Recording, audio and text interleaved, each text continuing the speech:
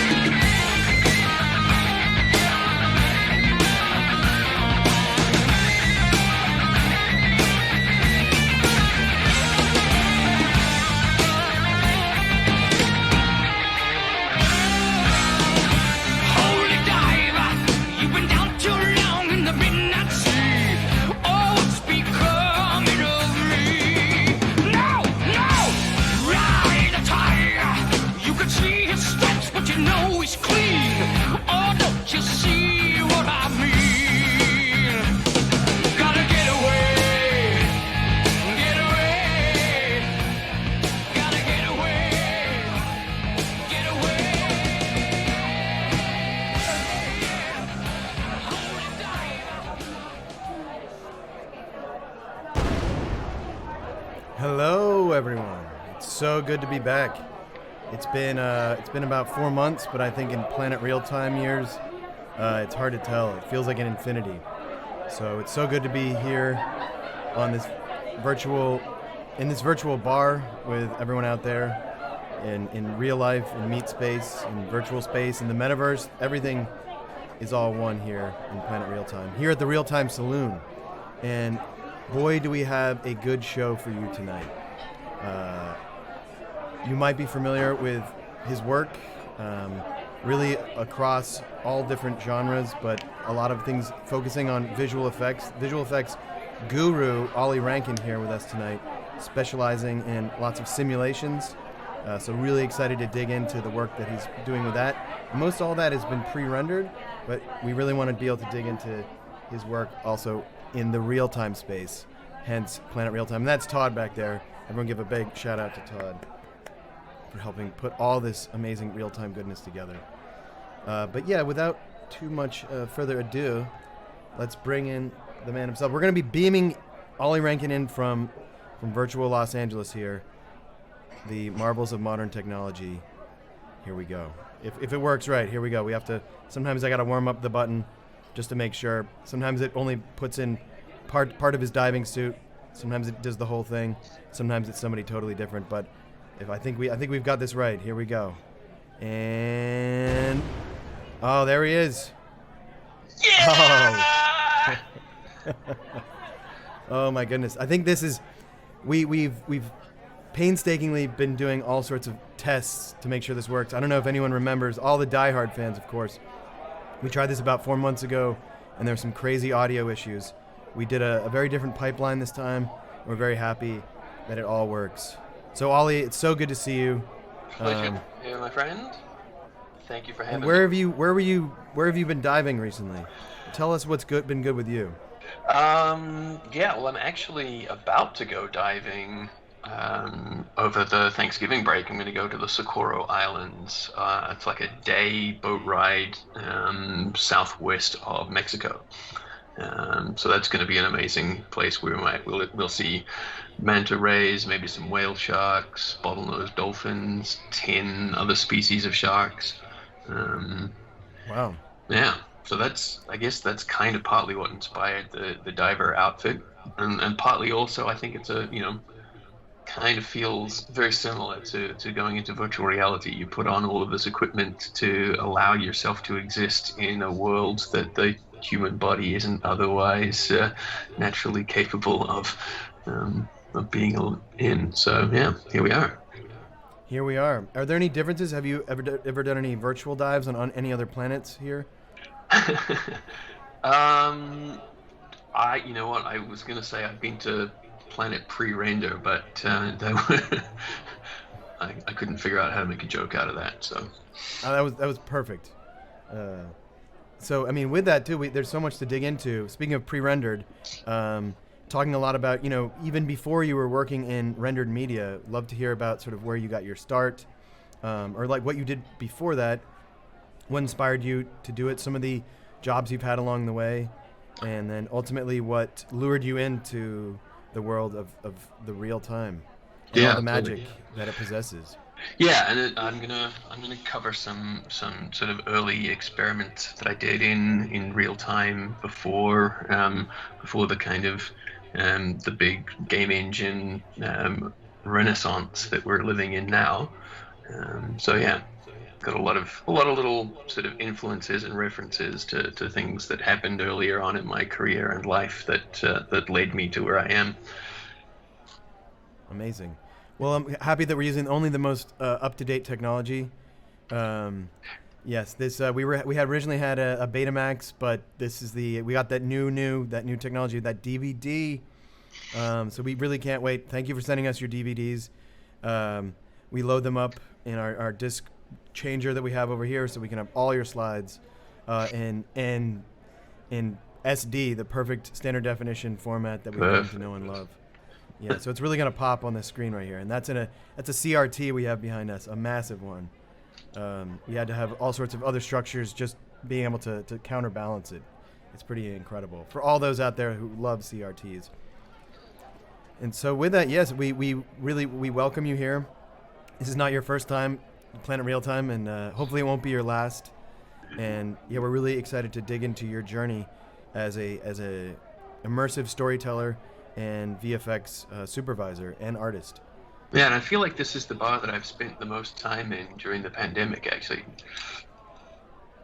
So yeah, let's kind of get back to the beginning of my story. I guess is as a kid growing up in the 80s.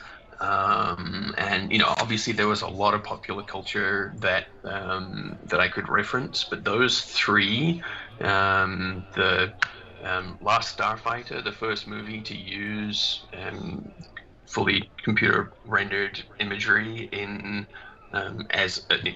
with intention of being photoreal, and then obviously Tron and Neuromancer are two of the real sort of early virtual reality sort of references that everybody goes back to.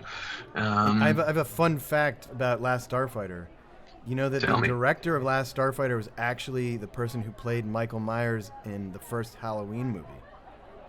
I did not know that. Yeah, I learned that just this past week from watching this Netflix series called The Movies That Made Us. That made us, right? Yeah, Huh.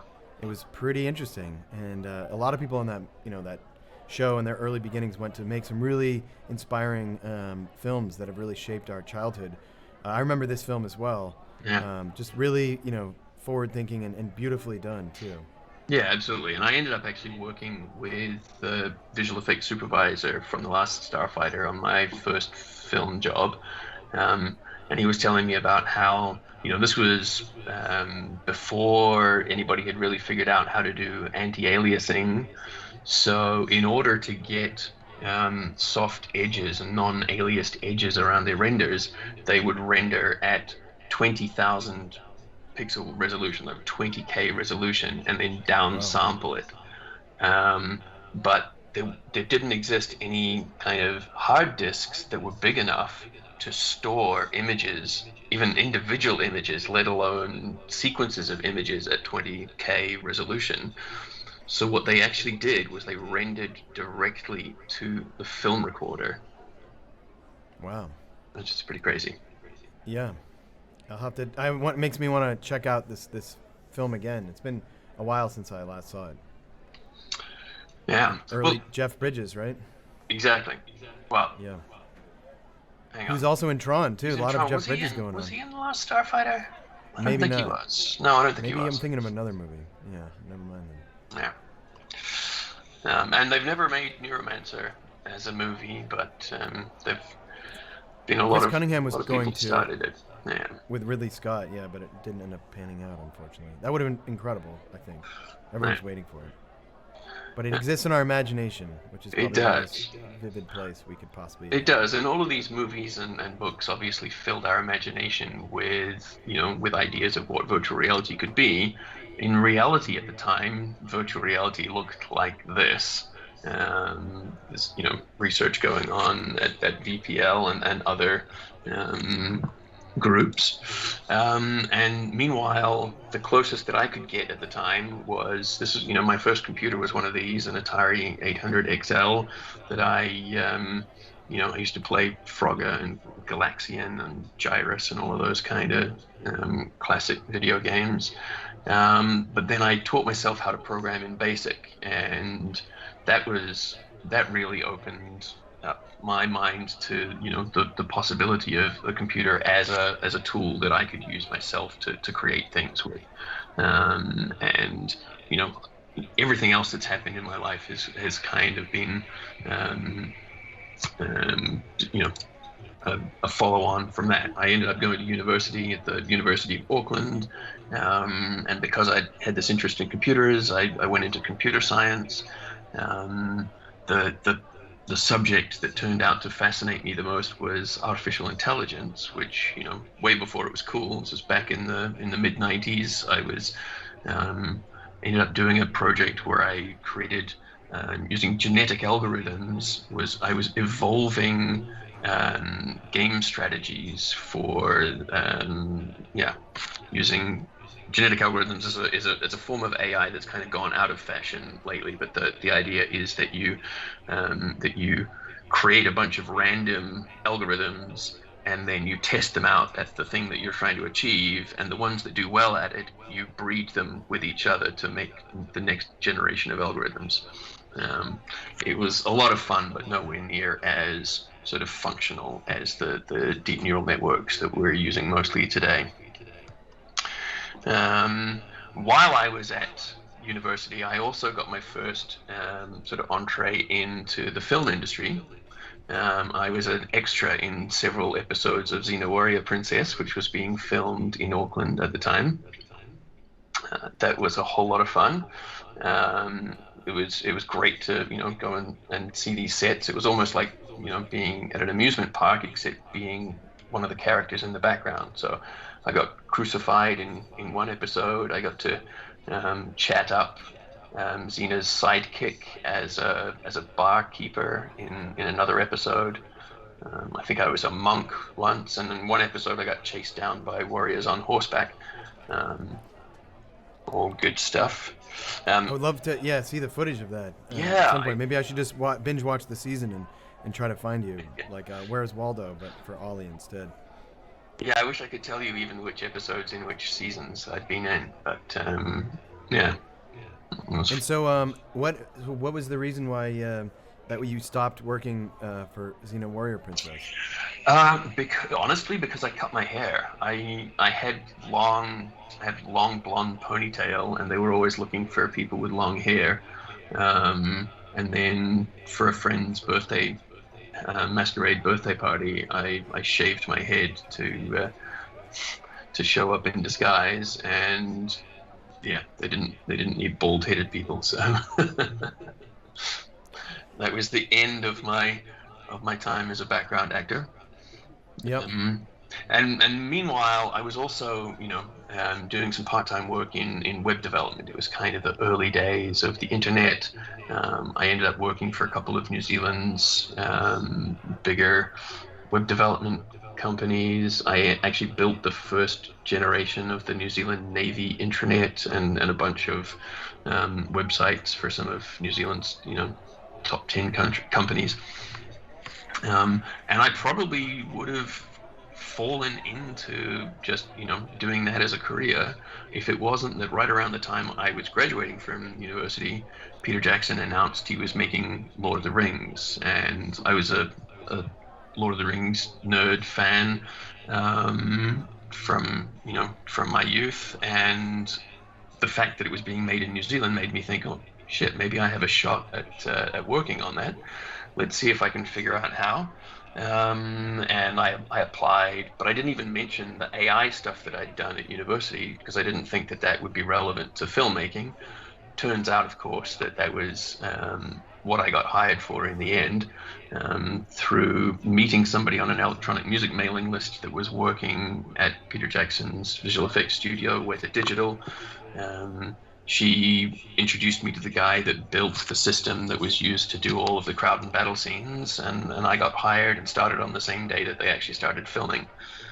So I think we've got a look at one of the first sequences that I worked on in the first movie. Now this was actually, and the reason I wanted to bring this section up specifically was because it is relevant to real time, because these crows were lightweight enough that they are able to run in real time. So I had a model in Massive, which was the software.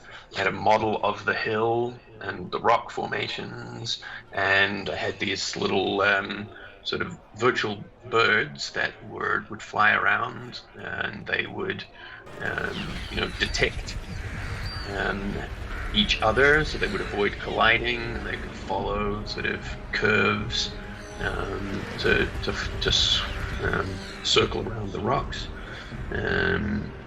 It was the only thing that we did in Massive that was real time, because as soon as we got into the shots with orcs and elves, the complexity of those brains was so much more that they definitely couldn't run in real time, except for maybe one character at a time. But when you're doing a battle scene with tens of thousands of orcs and tens of thousands of elves, those simulations might run for hours and sometimes days. I think the longest simulation I had took 2.5 days to run.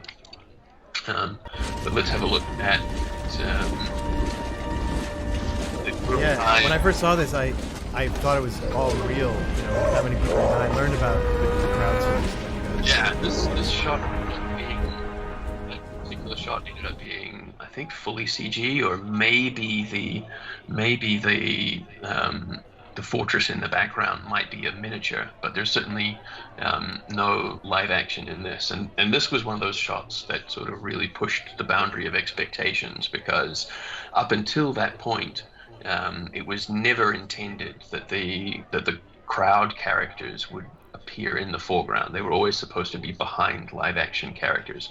But obviously the rain and the darkness helps you to get away. But every single one of those characters is CG, and the Urukai who's standing up on top of the rock there, waving his fist, is actually using a bit of motion capture that was performed by Sean Bean. Oh wow! Just happened to be a suitable piece of action for what we were trying to do with the shot. Very cool. So, I worked on the first 2 Lord of the Rings movies, and I was like, you know what? This is it. This is the pinnacle of my visual effects career. I'm done with visual effects. So I quit visual effects forever for the first time. Something that I did probably 9 or 10 more times in my career of 20 years in the visual effects industry. I quit visual effects and I went and moved to Tokyo. And in Tokyo, I basically got high and played music. I was in a Japanese reggae band. I made music for snowboarding videos. We got to post the links for all this. Eventually, you got to send it to us. Yeah. We can have that as the background track for next episode. For sure. But yes, but I also got into some other sort of real-time experimentation. So we're going to have a look at a couple of just little, if we can find it here on the slideshow. I was also playing around with Flash. So that was my second foray into real-time. And this is a non-interactive got another somewhere where just playing around with animated graphics and again combining it with my own original electronic music. And at the time I was experimenting with this sort of very basic and sort of dark, distorted musical stylings. So while I was there, from my hair, really need to make sure. So I unquit visual effects.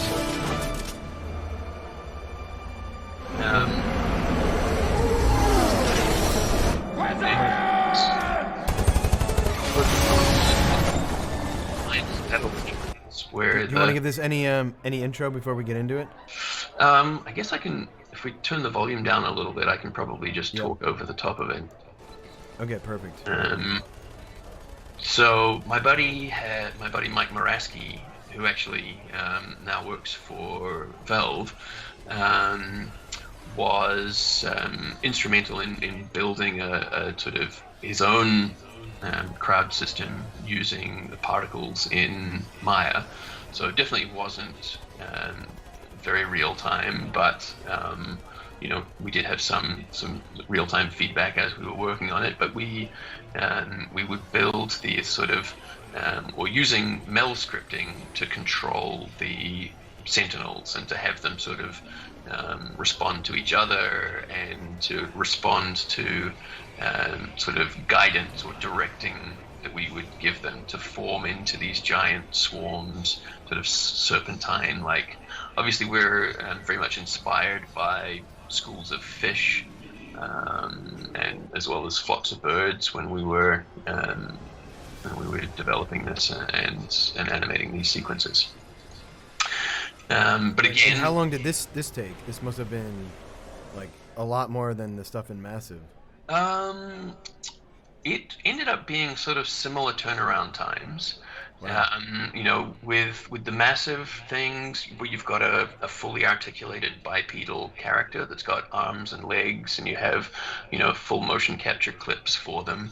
That's going to, require quite a bit for every single one of tens of thousands to have all of that kind of articulation. And whereas with these sentinels, the range of motion when they were in their swarms was a lot more simple. So they had these sort of canned animation clips of the tentacles, and then there would be a deformer on them to allow them to sort of curve as they turn corners and stuff like that.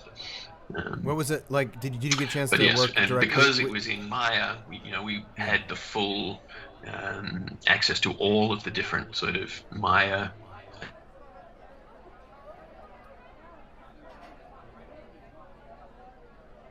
Mm-mm. There we go. It looks like we might have lost. There we go. Frozen. Okay, we're back. We're Oh, back. back. It's a long way from planet real time back to Earth, so the fact that this signal is even happening is just a modern miracle. So so after working on the Matrix sequels, then I quit visual effects forever once more. again, did you ever get a chance to Did you ever get a chance to work with the Wachowskis, or like were they pretty hands on with the VFX? They were, and by the time I joined, the film was very much in full swing, and they would attend dailies a couple of times a week. And one of the most helpful things that they would do as they were giving feedback and direction is that they would make the sound effects for what they wanted to see, which is always a Amazing. very it's a great way to convey the energy. So yeah, really enjoyed the daily sessions with the Wachowski siblings. Do you remember any of the sounds by any chance? It was a lot of.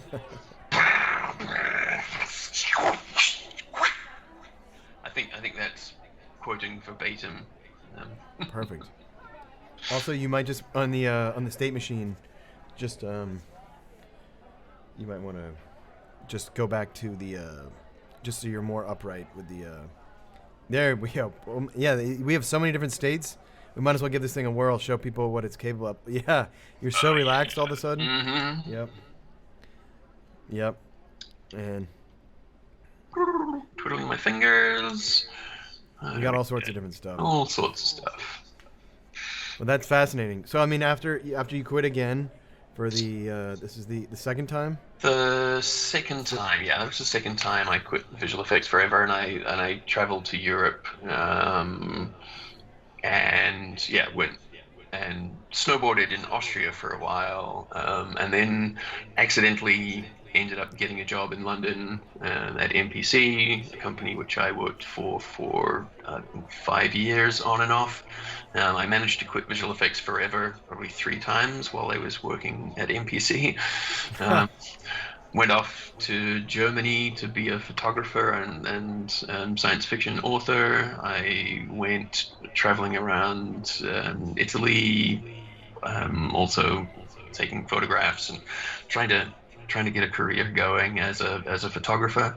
But all of this time, all the while, it's worth mentioning that I was still waiting for virtual reality to happen. So the novel that I was writing was actually a novel about an esport, a VR esport champion.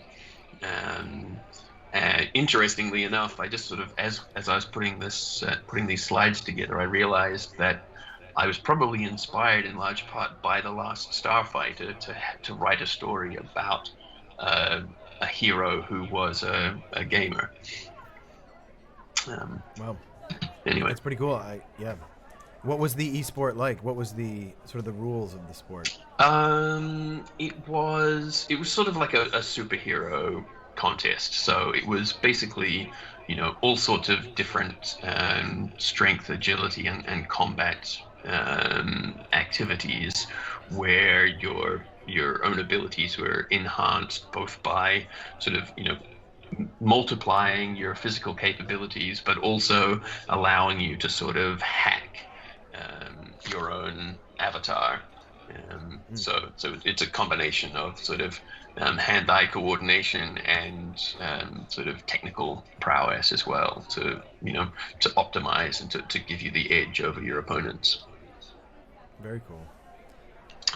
And then yeah, so in between quitting visual effects forever, I ended up working on quite a few movies. All of the ones on the top half are ones where I worked in either as a crowd simulation technical director or supervisor. Ended up directing a lot of motion capture and sort of designing the motion capture trees for a lot of the crowd characters. And then the ones on the bottom half of the screen are movies where I was the visual effects supervisor.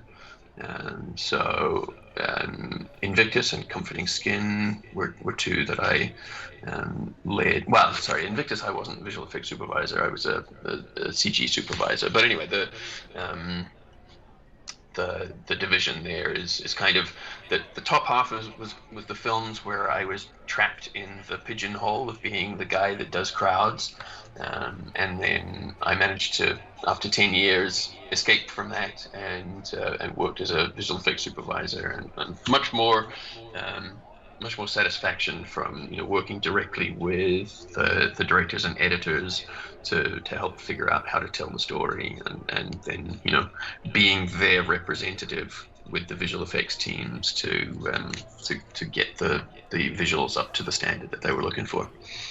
Do any of these movies, are there any like interesting scenarios or sort of nightmare circumstances that come out to you where you like can't even look at the movie jacket anymore? Yeah, there's a lot actually. That's what I've heard in VFX. It gets to be like that sometimes. There's a lot. Yeah, you end up working a lot of hours, and you end up sort of, a lot of your energy goes to try and fix things that were done wrong because virtual production didn't exist yet, and so things were filmed wrong in the first place. Whereas now that we're getting these sort of virtual production tools, filmmakers are able to film things with that real-time feedback, and so hopefully there'll be fewer and fewer instances of people shooting the wrong thing. But I'm a bit of someone who looks back on my life with rose-tinted spectacles, or rose-tinted hindsight. So I mostly remember the fun stuff, like that's good. Choreographing battles between centaurs and minotaurs in Narnia, and working with a troupe of Russian circus midgets for Fred Claus, which is, as a film, one of the ones that I'm probably least proud of, but as the actual working on it was a lot of fun.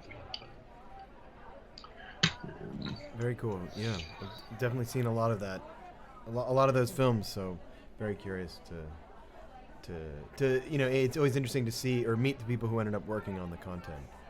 Totally. Because everyone thinks that a film just comes perfectly delivered, in a bow, and it's just you can witness it in the theater, and it's all perfect. It's all immaculately conceived. But there's so much that has to go into it. Totally. There's so much communication and pre-planning and last-minute decisions, and yeah. Yeah, absolutely. So again, in 2012, I quit visual effects forever. I was, I guess I was a little bit less convinced each time that it was going to be forever. But in 2012 was when the sort of the iPhone revolution was happening, and I got back into real time in the context of creating a smartphone game. So everybody was playing Words with Friends at the time, and I'm a fairness Nazi, and I don't like the fact that Scrabble has a lot of luck affecting the outcome of the game. So I thought, I'm going to come up with a word game that's like Scrabble, but where there's absolutely no luck, where everybody has access to the full alphabet, and so it's kind of like Othello meets Upwards, and you basically steal your opponent's words and you try to claim the majority of the territory of the board. So yeah, that was my next foray into real time, and it was my first time using a game engine. So I actually built the original prototype of the game in Unity, and then and then threw that out and rebuilt it in an engine called, or an SDK called Corona, which probably isn't a very marketable term right now. I just thought, and then a couple of, well, very soon after that, the Oculus Rift Kickstarter happened. And Pansensory, which was the company, Pansensory Interactive, which is the company that I had founded to develop my iPhone game, turned out to be a great name for a VR studio. So, I was very excited about VR finally catching up with the imagination of the science fiction authors that I'd grown up on. But I immediately noticed that, and you can see from this photo, the person's got a VR headset on, but they're sitting in front of a keyboard and mouse. And keyboard and mouse is just the worst possible interface for VR, unless you can actually, have a pass-through camera that allows you to see your keyboard and mouse. So I came up with this system that I called Navigator. Oh, no, jumped forward too many slides. No, not seeing the full thing here, but basically I came up with a system to allow you to use your smartphone as a controller within VR, because you don't need to be able to see it to be able to do the gestures on it. You can use the tilt and accelerometer gestures, as well as things like pinch and zoom, or use it as a virtual joystick. Turned out to be a really fun way to interact in VR, and it's obviously something that's in your hand, so as you turn around, it's still there with you. But just as we were starting to apply this to the first couple of VR content projects, both HTC and Oculus announced and Sony for that matter announced the dual hand controllers that have now become the standard sort of interface in VR. Then the next thing that I did in VR was I helped consulting on this project FIRST, which was the recreation of the Wright brothers' first flight in VR for the Smithsonian Institute. And we were trying to figure out, how to have photorealistic humans in VR. This is obviously many years before MetaHumans, so there wasn't an out-of-the-box way to create photoreal, fully articulated human characters, and there wasn't yet also any volumetric video technology available.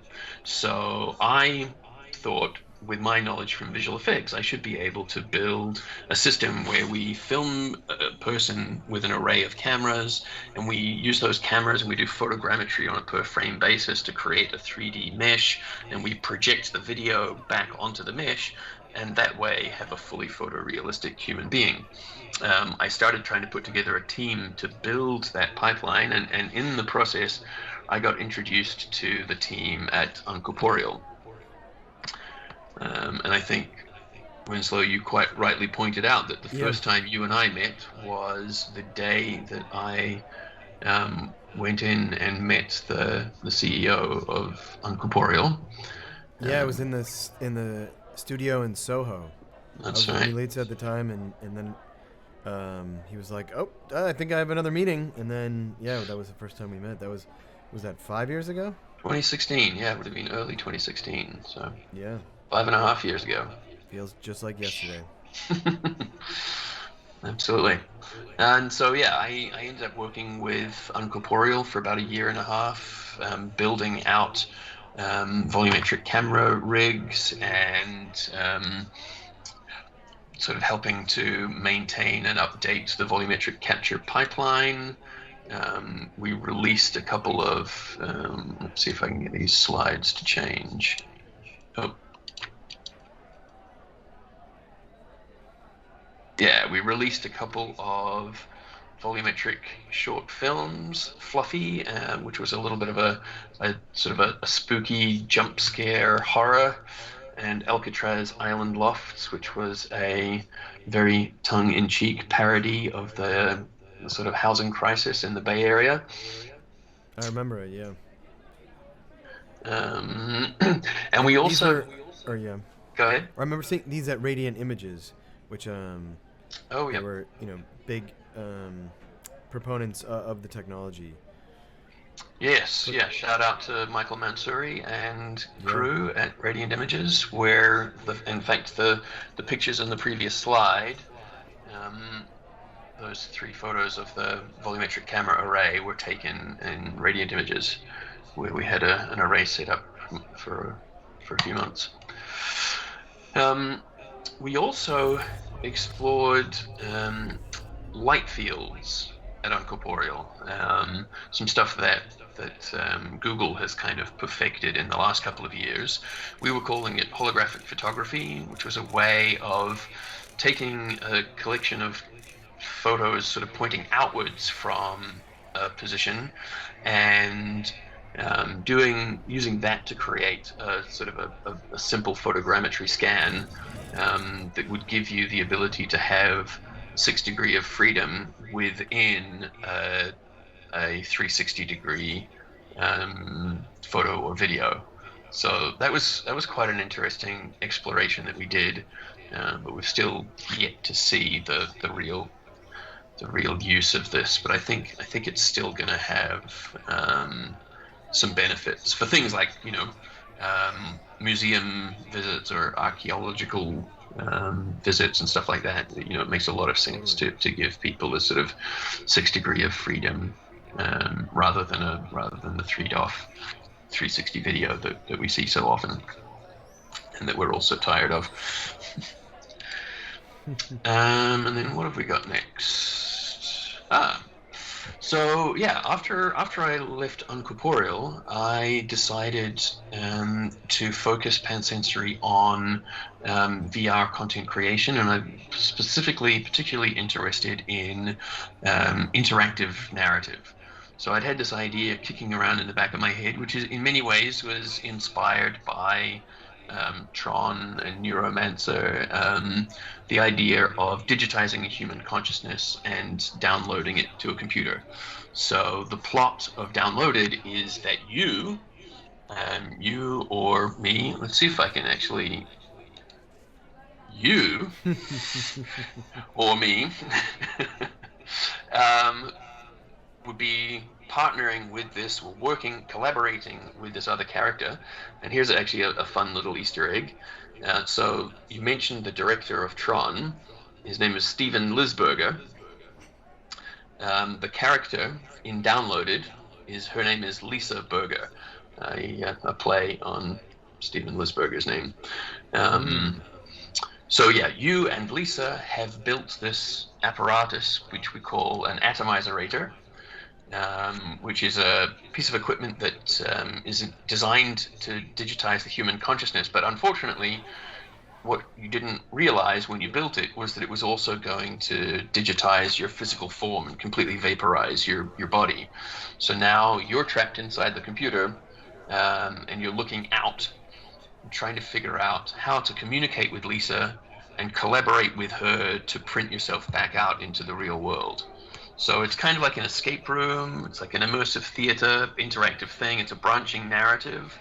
And I'll actually pop up a slide that shows the branching narrative. So on the left there in the blue boxes is kind of the way that the scenes play out. And it shows how the behavior of the participant, causes the story to branch.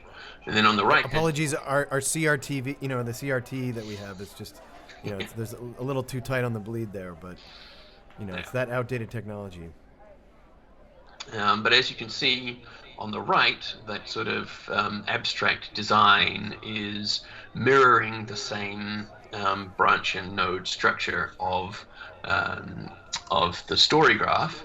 And this is another Easter egg in the project, is that Lisa on the front of her hoodie is wearing the story graph. So you can kind of map out your experience or your traversal of the story on her shirt. Just for fun. So we built the atomizerator and we set up a green screen. and we filmed her on green screen from the point of view of the computer that you get downloaded into.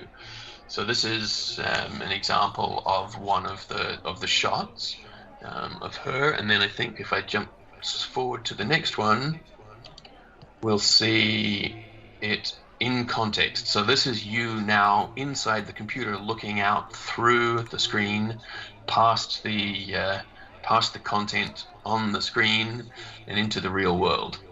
And the real world was a laser scan, fully three-dimensional laser scan. So as you move your head from side to side, you get proper parallax and depth. And you can also read the content on the screen, and you eventually figure out that you can actually control the mouse and interact with the screen. And so you can post on her social media, and you can use your message on her social media as a way of communicating to her in the real world to work with you to help print you back out. So that was a fun project to work on. It ended up premiering at the Venice Biennale in 2019.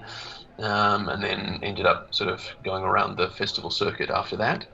I'm still trying to raise money to turn it into a 10-episode series, like a sort of a like Black Mirror in VR, but less bleak.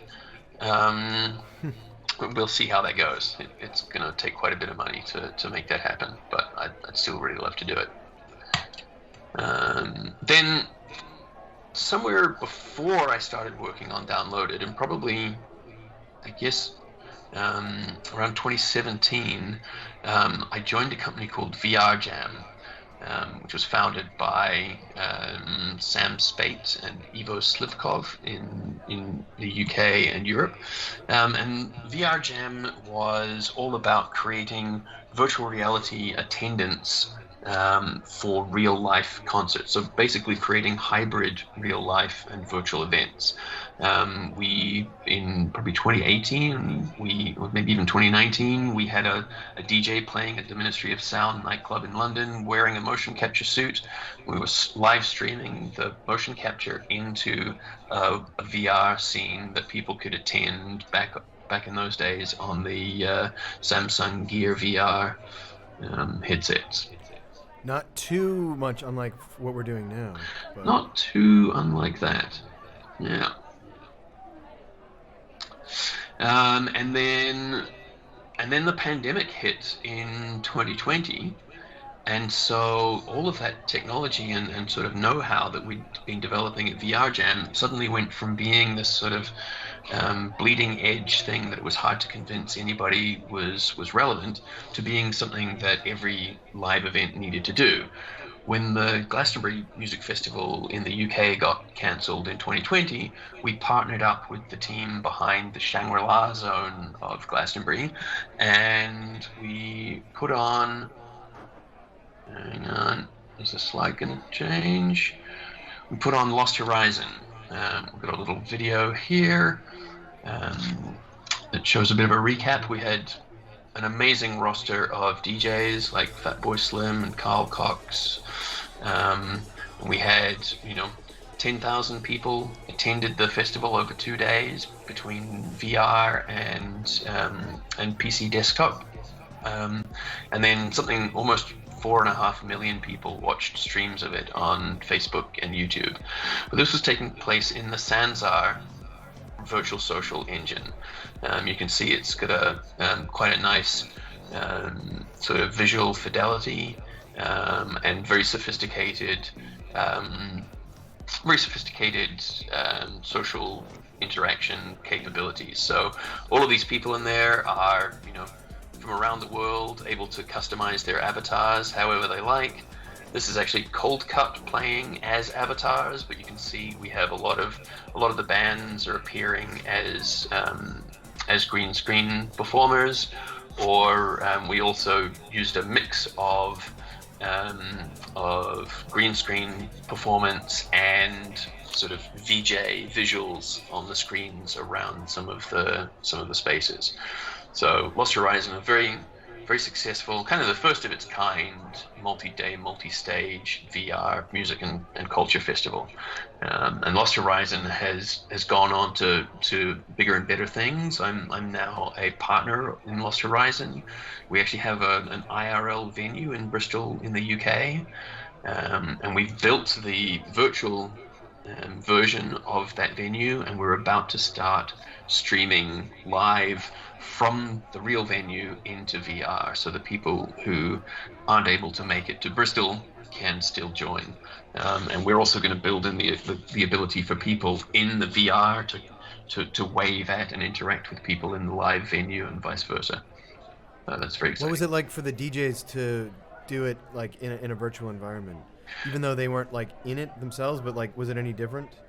Yeah, I mean, some of the DJs really excelled at it. Carl Cox had already been doing a lot of streaming, so he kind of knew how to perform in front of a camera, and how to, shout out to the audience and, get the audience to engage. Some of the other DJs who were less familiar with that, because they didn't have a live audience to key off, they kind of were a little bit like dead fish and or like they were playing to themselves in their bedroom. So we definitely learned to encourage the DJs and bands to pretend that there's an audience for them to interact with and to engage with. And then so that was last July.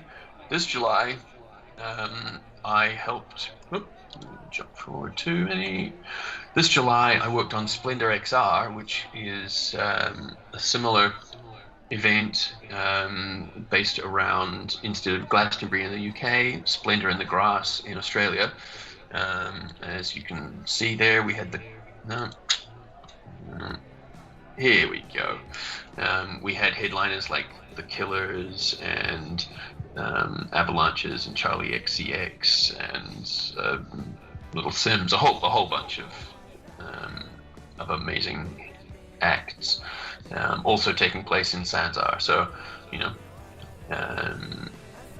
Sanzar is a very, very mature and very powerful social VR platform, and I really hope that it continues to develop and be supported, because there's an amazing team there and an amazing body of work represented in their code base that it would be a shame for it to not continue.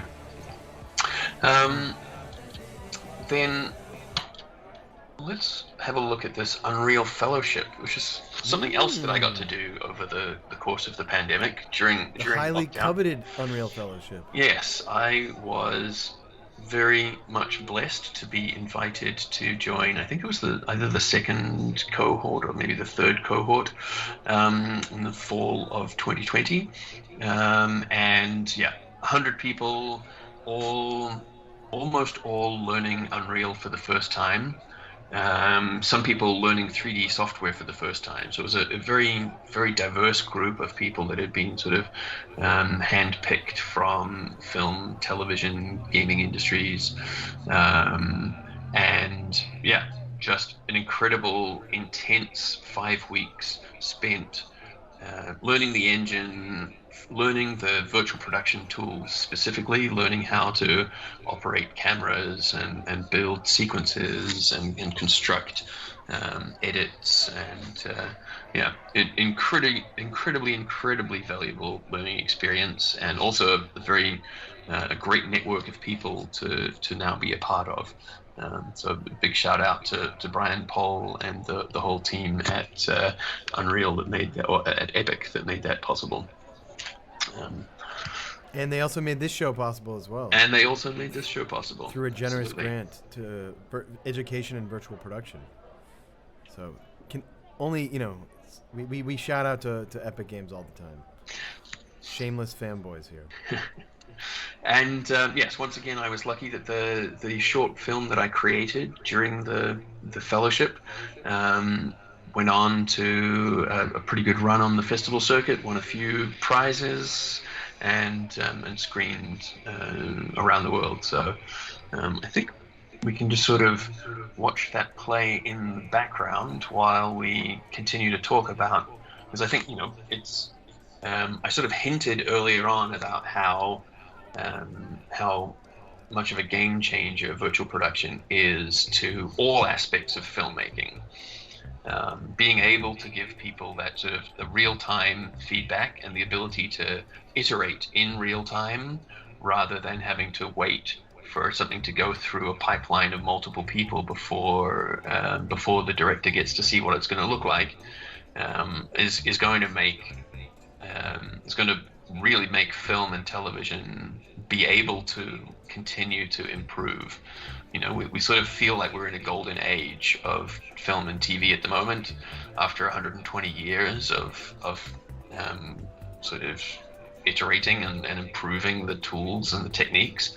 But I think this one is going to be another sort of, and is going to usher in another sea change. Yeah, I totally agree. How do you think, or what industry do you think it's going to sort of impact or augment the most?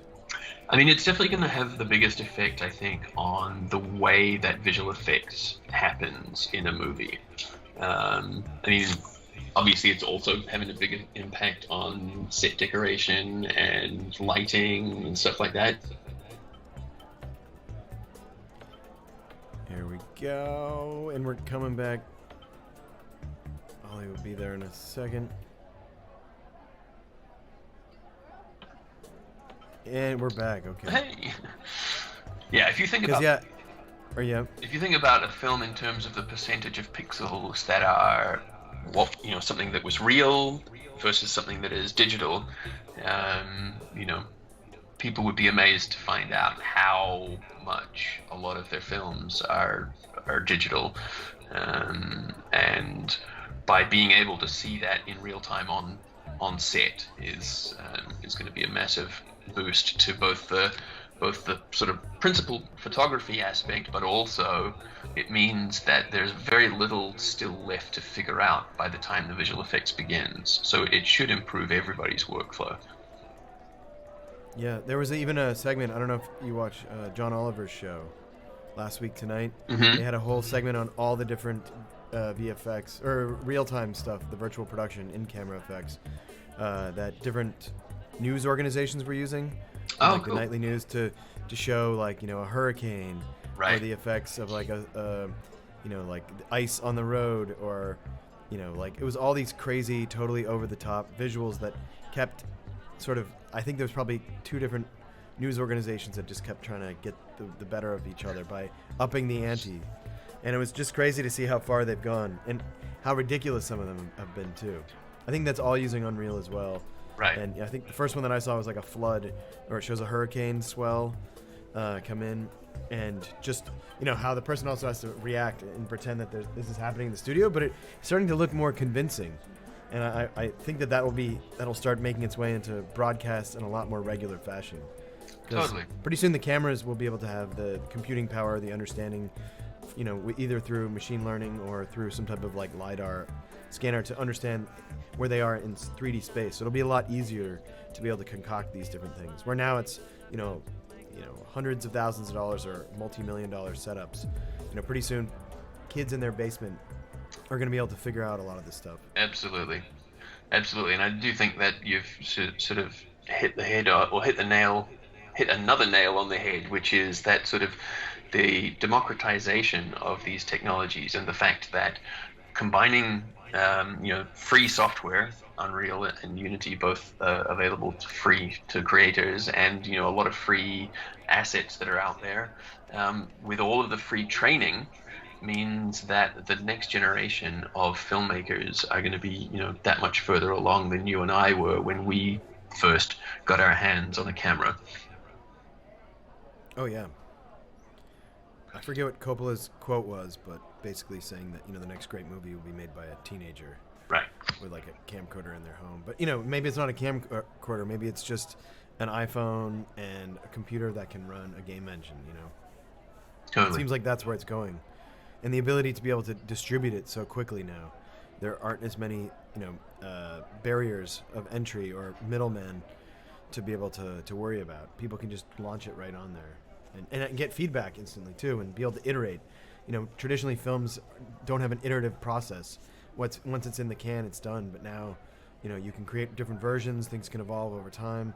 Everybody can have their own slice of the story, so it is even more intensely personal, which is just something that's hard to sort of understand because it's not like we can compare it to too many other forms of media.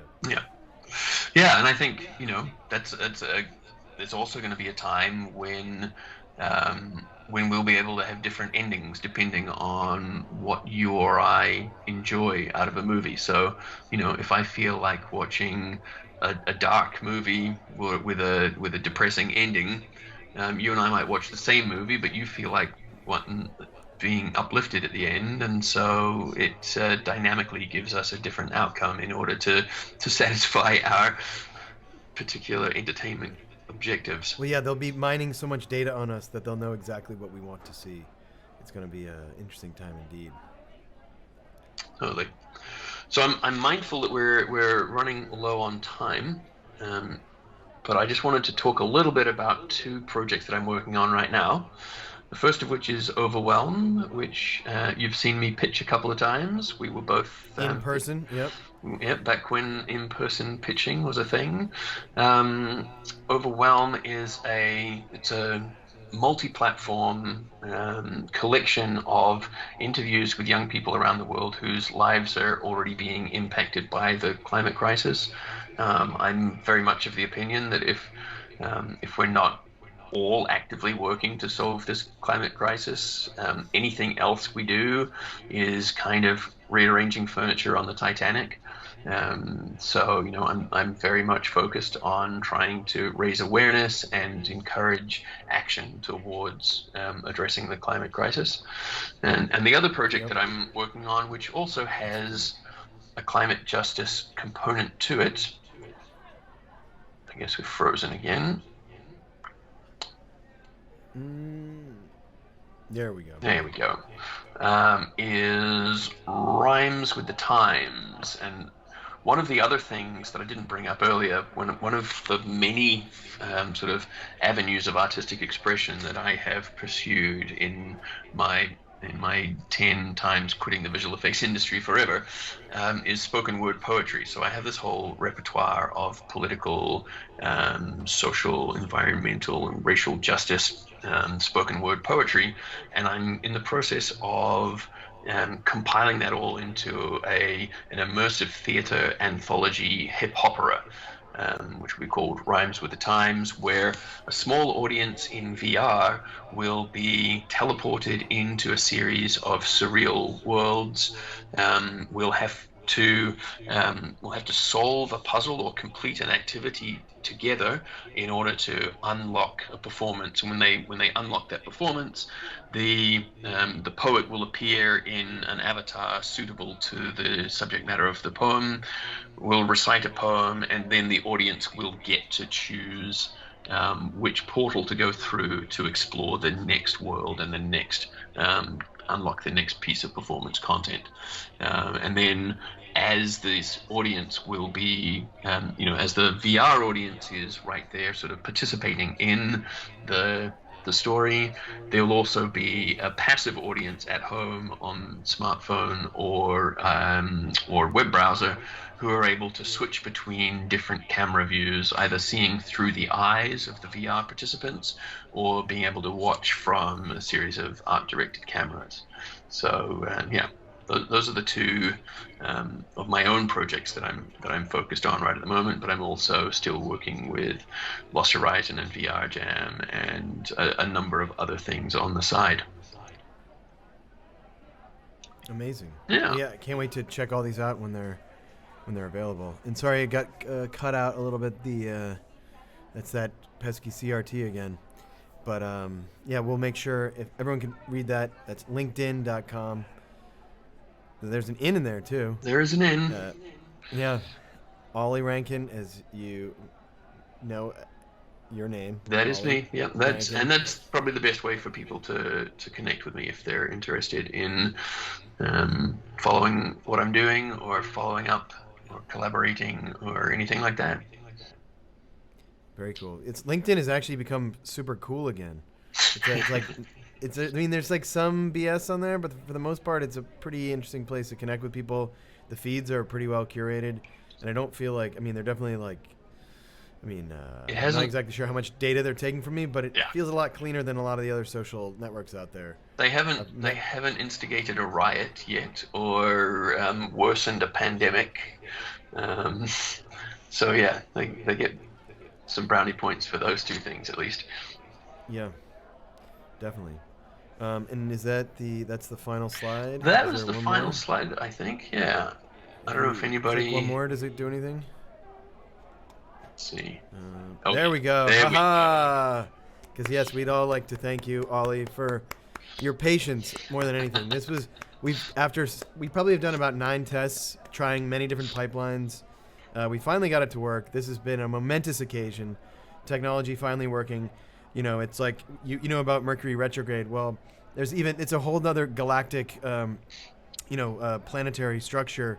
So there's all sorts of planets. You don't just have Mercury. There's, all different. It's different solar systems that are really at play. So we can't really predict a lot of that. And unfortunately, due to solar winds, we lost a few different attempts. So really happy that this is actually working out. So yeah, I'm glad this went smoothly. You, everybody on the team, John, Gian, Todd, and myself. Yeah, great work, guys. We really appreciate it. And I guess with that, I can't see the feed right now, but if there's any questions from anybody out there back on planet Earth, we'd love to hear and see if we can answer them. Todd, maybe if you can just, we're an earshot away. And if not, then we can also just be happy knowing that we had a successful journey, and that what's nice about Planet Real-Time too is we have all these conversations archived, so that future generations on other solar systems can also appreciate them. We're going to be beaming them into space on gold vinyl discs, so we're very excited about that. Todd, can you hear me? I'm not exactly sure, but maybe also while we're here, we can also just do. What is that? Oh, they want to know more about your novel. Yeah. Okay. That's a good question. I haven't finished it. I was writing it in 2008 when the global financial crisis happened, and in the novel there was actually a global financial crisis was sort of a key turning point in the narrative, and my global financial crisis played out completely different to the real one, and made me completely rethink how the world would respond to a financial crisis. And then a bunch of things came out over the years. Most recently, Altered Carbon is probably the closest, or is the TV series that stole the most of my ideas. So I do still intend to finish the story, but I don't think it will come out as a novel. I think it's going to come out as an immersive VR serial. So that you can sort of firsthand experience the story. One of the things that I'm very proud of in the novel, and that I think will translate even better to VR, is that every time the character wakes up, you don't know whether they're waking up in their own body or in VR or with their brain transplanted into a different body.